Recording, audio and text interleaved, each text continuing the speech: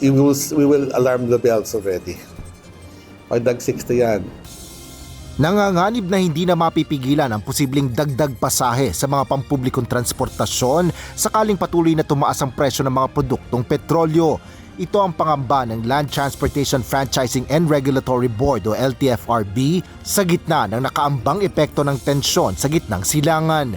Ayon kay LTFRB Chairperson Vigor Mendoza, ikinukonsidera nila ngayon ang pagbibigay ng provisional fare increase o pansamantalang dagdag pasahe oras na umabot sa 60 pesos ang kada litro ng diesel.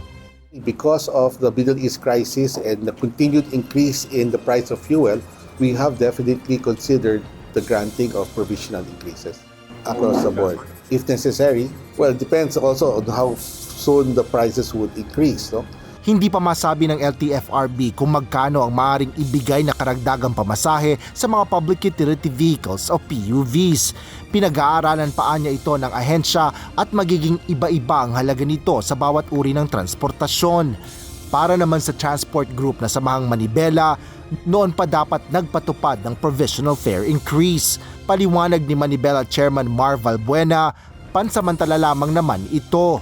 Yung provisional fare increase na piso ay kailangan na po talaga. At alam ko naiintindihan ito ng ating mga kababayan dahil pang 10 beses na pong nagtaas ng mga produktong petrolyo pero wala pa rin po tayong nakukuhang provisional fare increase. Sa gitna ng ikinukonsiderang provisional fare hike, binigyan diin ng LTFRB ang pagbabalanse sa pagitan ng pangangailangan ng pagpapanatili ng operasyon ng mga pampublikong transportasyon at ang makakayanan ng publiko.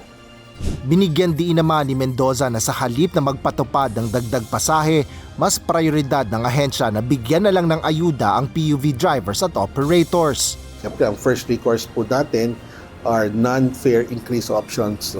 So hopefully, hindi naman gusto natin matrigger yun, pero pag na-trigger yung $80, our first option of course would be probably fuel subsidy. Ang pamasahe, last option na natin.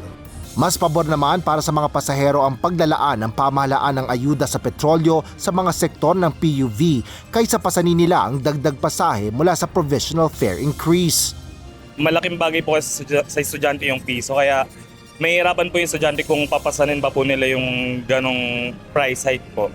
Malaking tulong din yun para sa mga pamamayang Pilipino natin since magbibigay nga sila ng subsidy para sa mga drivers para hindi na rin siguro tumaas yung yung pamasahe ng mga Pilipino.